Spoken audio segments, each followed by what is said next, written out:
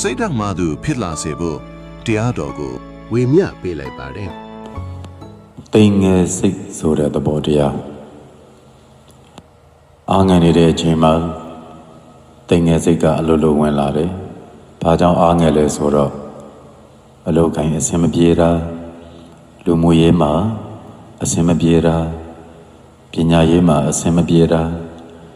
များစွာသောအဆင်မပြေမှုတွေဟာအားငယ်သွားစေတယ်။အဲဒီအဆင်မပြေတဲ့အခါမှာအဆင်ပြေတဲ့သူတွေကိုကြည့်ပြီးတော့တိမ်ငယ်စိတ်တွေဝင်တယ်။ကိုယ်ကနေတဲ့အချိန်မှာမြင်တဲ့သူတွေကိုကြည့်ပြီးတိမ်ငယ်စိတ်တွေဝင်တယ်။သူစားတယ်လို့ကိုမစားနိုင်ရင်တိမ်ငယ်စိတ်တွေဝင်တယ်။သူသွားတယ်လို့ကိုမသွားနိုင်ရင်တိမ်ငယ်စိတ်တွေဝင်တယ်။သူပိုင်ဆိုင်တာတွေကိုမပိုင်ဆိုင်နိုင်တဲ့အခါတိမ်ငယ်စိတ်တွေဝင်တယ်။ကိုယ့်တဲ့အရာရာမှာတာနေတဲ့သူတွေကိုတွေ့တဲ့အချိန်မှာတိမ်ငယ်စိတ်တွေဝင်တယ်။အဲ့ဒီတိမ်ငယ်စိတ်တွေဟာကိုယ့်ကြောင့်ပဲဖြစ်နေတာလူတူနဲ့တူဘဝပေးမတူဘူး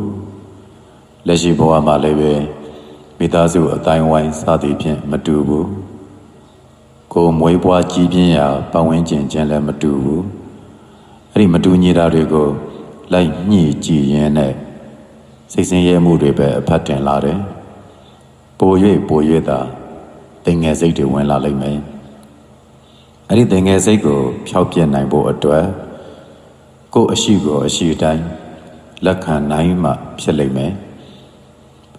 ကိုကဘလို့အနေထားမှရှိနေတာလဲဆိုတာကိုနားလည်ရင်ဒီအနေအထားအတိုင်းလက်ခံလိုက်ပြီးကိုစားနိုင်တာကိုပဲစားမယ်ဝမ်းဝဖို့ပဲအရေးကြီးတယ်ကိုဝတ်နိုင်တာပဲဝတ်မယ်ကိုအရှက်လုံးပြီးဆိုရင်တင်းတက်တယ်လေးရှိတယ်ဆိုရင်တော်ပြီကိုသွားနိုင်တဲ့နေရာလောက်ပဲသွားမယ်ဒါကိုရဲ့ဝမ်းကိုထမ်းနိုင်တဲ့ဝမ်းဒီတဲ့ပို့ပြီးထမ်းရင်ကိုပဲပင်ပန်းမှာအဲ့တော့သွားနိုင်တဲ့လောက်ပဲသွားမယ်ကိုမှဘလို့လူတွေရှိတယ်လေအဲ့ရှိတဲ့သူတွေကိုပဲအကောင်းဆုံးထားပြီးတော့ဆက်ဆံပေါင်းတင်မယ်ကိုဘာအလုပ်ကိုလုပ်နေတာလဲကိုလုပ်တဲ့အလုပ်ကိုပဲတန်ဖိုးထားပြီးတော့အလုပ်လုပ်မယ်အဲ့တော့ကိုဘေးနားမှာကိုဘလူတွေကကူညီနေတာလေအဲ့ဒီကူညီတဲ့သူတွေကိုပဲတန်ဖိုးထားပြီးတော့ဆက်ဆံမယ်ကိုဖြစ်တည်မှုလေးကိုပဲတန်ဖိုးပြန်ထားမယ်သူကသူပဲကိုကကိုပဲတူမတူတာတွေကိုလိုက်ညှိလို့ကတော့ဘယ်တော့မှကျင့်တဲ့စိတ်တွေရမှာမဟုတ်ဘူး